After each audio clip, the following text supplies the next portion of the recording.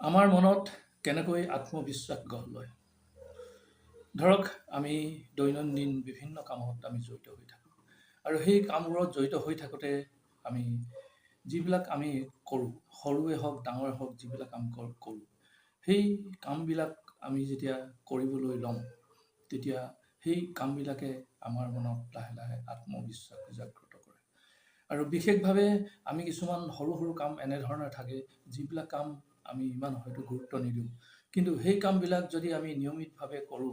কৰিবলৈ অভ্যাস কৰোঁ, তেতিয়াহ'লে নিশ্চয় আমাৰ মনত এটা আত্মবিশ্বাস জাগ্ৰত হ'ব।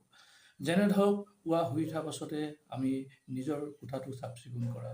আমি বিচনা চাদৰখন ভালকৈ জপা, বা ধৰি লওক আমি নিজৰ প্ৰয়োজনীয় কাপোৰখিনি আমি যদিহে পাৰোঁ আমি ধুই লোৱা, বা নিজৰ আমি প্ৰয়োজনীয় যিবিলাক ধৰক যাৱতীয় ঘৰৰ ৰুমটোৰ যিবিলাক বস্তু আছে, সেই বস্তুবিলাক আমি নিজেই সজাই মেলি লোৱা।